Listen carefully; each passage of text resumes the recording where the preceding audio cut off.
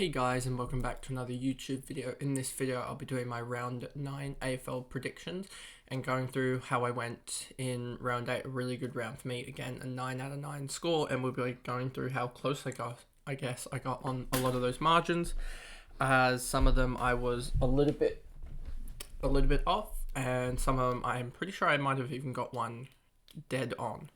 So before we get into the video, remember to like and subscribe, turn the notification bell on so you know when I upload, and let's get into the video. So as you can see here, if I just go to edit tips, this is the way that I can do it, and then go back to round 8.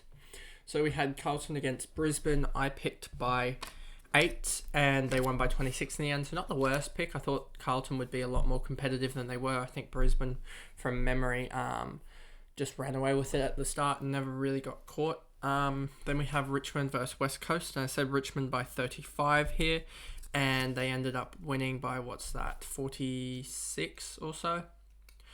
Yeah, 46. So not a bad pick. And then here is my perfect prediction: Geelong by 26, and they ended up winning by 26. And yeah, just a really good prediction in the end. And nothing much more to say about it. Then we come down to Melbourne versus Gold Coast. Melbourne, I said by 42, and Gold Coast were really, really competitive in this game. And pretty much, if they had a couple of umpire decisions go their way, which were pretty bad calls in the end, I think they could have won this game. But obviously going to take the Melbourne victory and take the 9 out of 9, so needed them to not win. Then we have Western Bulldogs, I predicted here by 20, and they ended up winning by 15, so pretty close. One of their behinds becomes a goal, and it's the right margin there, so not too disappointed in that pick, and yeah, got it pretty close. And then we come to one of the worst picks of the round. I said Freo by 19 because I thought Hawthorn would be more competitive than they were, but they just got blown away in the West. I'm pretty sure in the second half it was something like 50-20 or something like that. It was not very competitive at all. It might have even been worse, but yeah, it was around halfway through the second quarter where they were up, Freo were up by maybe 20 or so. It was like 40-20, and then I think they just blew them away after that. Then you have Port versus Essendon. I said Port by 8, and they ended up winning by 5. So another really good prediction, a close game, and yeah, got that prediction right. Then we come to Collingwood against the Swans. I picked against my Swans by Collingwood by 16, and they ended up winning by 29 or whatever. If the Swans actually kicked any which straighter, it probably would have turned out to be about 10 points or so. But they kicked something like 6 goal 12. If they kicked 9 goals 9, that gets them up to 63, and that's a 14-point margin. And that's pretty standard, I guess. So not the worst pick in the world. And then you come to St Kilda versus North, and they won by 30 in the end, and I predicted by 50, so not bad at all for that. Now we come to the games this round, and we have Richmond versus Geelong tomorrow night, and I'm going to pick Geelong because Geelong just look a whole lot better than they were in the first 3 rounds. And they could easily win this game by 60-70 points here, but I think a more generous 45 is probably the right way to go. As if I can scroll down to Richmond won last round against the West Coast Eagles, but lost to Gold Coast pretty convincingly, lost to Melbourne not so convincingly, lost to the Swans pretty convincingly, and lost to the Western Bulldogs. So I think that West Coast Eagles game they were bound to win, even if they fielded almost a VFL side, as that's how bad West Coast are this year. So I think you got to go Geelong and by 45 points here, as I think Tomahawk and Cameron again combined for, I'm going to say 8+, because I don't think Richmond have enough backline key defence to handle them. Then you come again Gold Coast and West Coast Eagles, and even with Lockie Weller being out, we've seen major injury concerns at West Coast. I mean, they lost Jai Cully again in the Richmond game. Did they play Richmond? Let's just look at Richmond. Yeah, they played Richmond. So he did his ACL. He's done for the season, a young, promising prospect. I mean, I don't think it would have much impact on who wins this game, as I think Gold Coast Suns still win this, but I'm going to predict Gold Coast by, I think, 28 points is a fair margin, as I don't think Gold Coast have won games pretty convincingly from memory. They won against Richmond by 24. They beat North Melbourne by 43, lost to Freo by 10, and lost to St Kilda by 53. Then you come to Sydney versus Freo, and even with Sydney's bad form, like they're 1-4 in their last 5, they've lost their last 3. I mean, they've lost to the two teams that now halfway or a third of the way through the season I think will be in the grand final, and they lost to them by 29 points and 93 or whatever it was. I still think they get the job done here. I think it's going to be a tight one. I think you've got Andy Brayshaw way back into form. Sarong's going to be tough. So whoever gets that matchup, you'll probably see the likes of Mills onto Brayshaw and I think Rowbottom onto Sarong. And then it will be and then it will probably be O'Meara and Warner, or O'Meara and Parker in the midfield, the two older guys trying to, I guess, gain the advantage. So that will be really interesting. Swans do have Hickey back, and that'll be interesting if they go Hickey and McLean or Hickey, Laddams and McLean. I don't know what they'll do. Maybe they just want as much height as they can get in, as they've really struggled with height, especially in the back line, and they've got to deal with Luke Jackson and Darcy. So they could easily go for a taller structure, especially because they are undersized around the ground in their smaller sectors anyway. They're like normal mids are smaller, their outside mids are smaller, their key small defenders and small forwards are smaller than a lot of opposition. So I think they will try and beef up their key position players height-wise, and I think they'll go for an extra tall. So I think the Swans win this, but I think it's going to be a sloppy game, to be honest. I think they're going to win this by like 17 or so. Then you have North versus Port, and Port's going to win this. Don't know why it went on to that. Maybe because I clicked the odds accidentally. Port's going to win this game.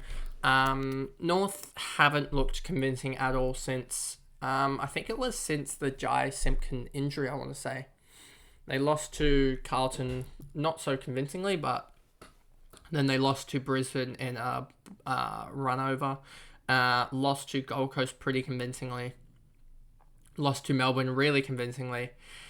And then lost to St Kilda, where they really, if St Kilda tried, they could have probably put 80, 90, 100 points past them, but they didn't really care because North didn't look like scoring at all. So Port, I'm going to say, are going to win this game, and I think they're going to blow past them in this game.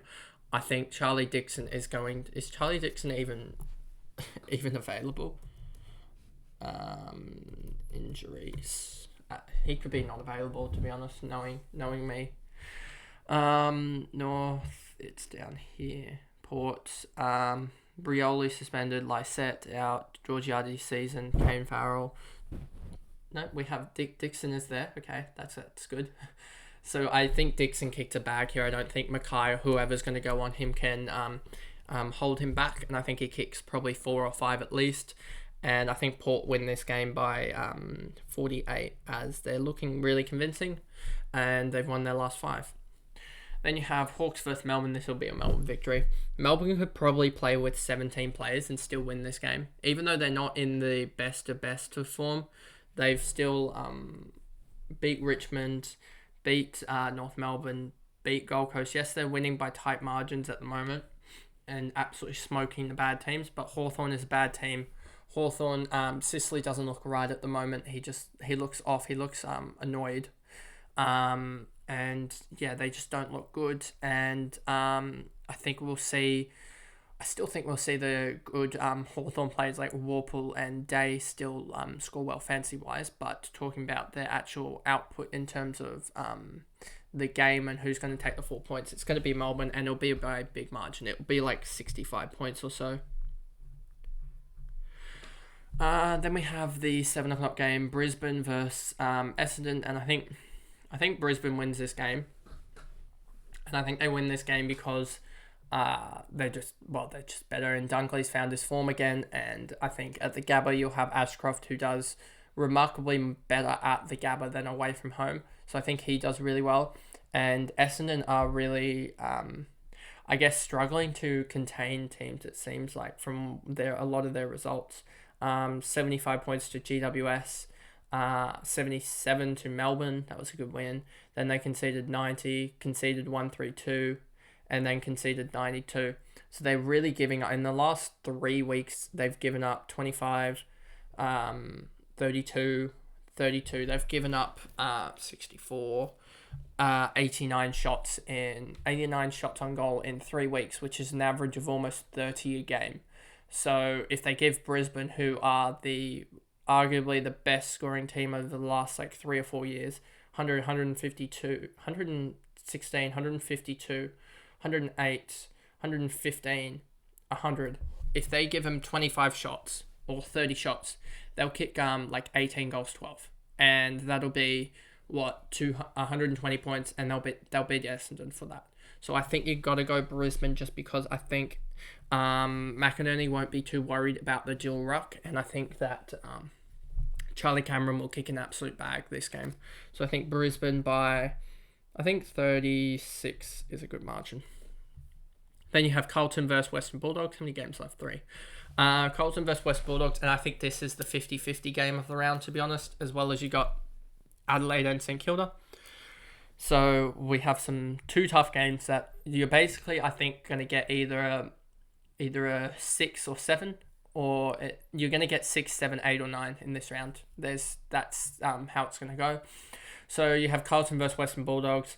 Western Bulldogs have actually looked all right, beating Richmond, losing to Port, beating Fremantle, beating Hawthorn, and beating GWS, whereas Carlton have beat North Melbourne, lost to Adelaide, lost to St Kilda, beat West Coast, and then lost to Brisbane. So I think this is a game where Carlton actually solidifies themselves in the top 8 this year.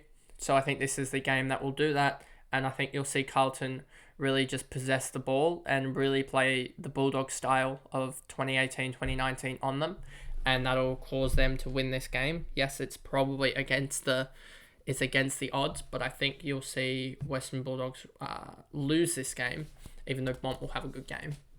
But you'll see Western Bulldogs, you'll see Carlton win this game, and I think a guy that really should be stepping up a duo that should be stepping up for them is the Hewitt and Cripper duo. So I think Carlton win this by 13. Then you have Adelaide versus St Kilda, and I'm surprised Adelaide is in the position that they are, because they lost to Collingwood and then they lost to Geelong. So okay, then they beat Carlton pretty convincingly, and then they beat Fremantle.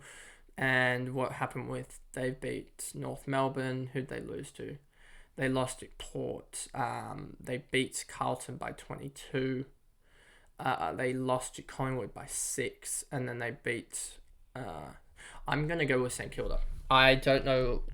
This is probably going to be a game that I get it wrong, but I think St Kilda can go to Adelaide and win this game, and I think St Kilda are the big jumpers this year. I don't think it's Adelaide. I think Adelaide, probably at the end of this round, Adelaide will be, with what I pick, they will be, they'll only drop 1 spot, but they'll be back in the spot, down here. They'll have Gold Coast right around them, and so I think Adelaide do drop this game. I'm going to say St Kilda by 12. I think this will be a really good game to be at, but I don't think that Adelaide win this game. And then you've got here Collingwood against GWS, and Collingwood are the clear favourites here. I think they win this game, and I'm pretty sure they're going to win it pretty convincingly, and I think they'll win this by 45. They'll score 105 or so, and they'll restrict GWS to 60 odd. So those are the picks for the round. There we go, and I'll go back here. So that's my AFL tipping predictions for round 9, and who's going to win, lose, and sort of how teams are going, and how I went in round 8. So I'll see you guys in another video. Thanks, guys. Goodbye.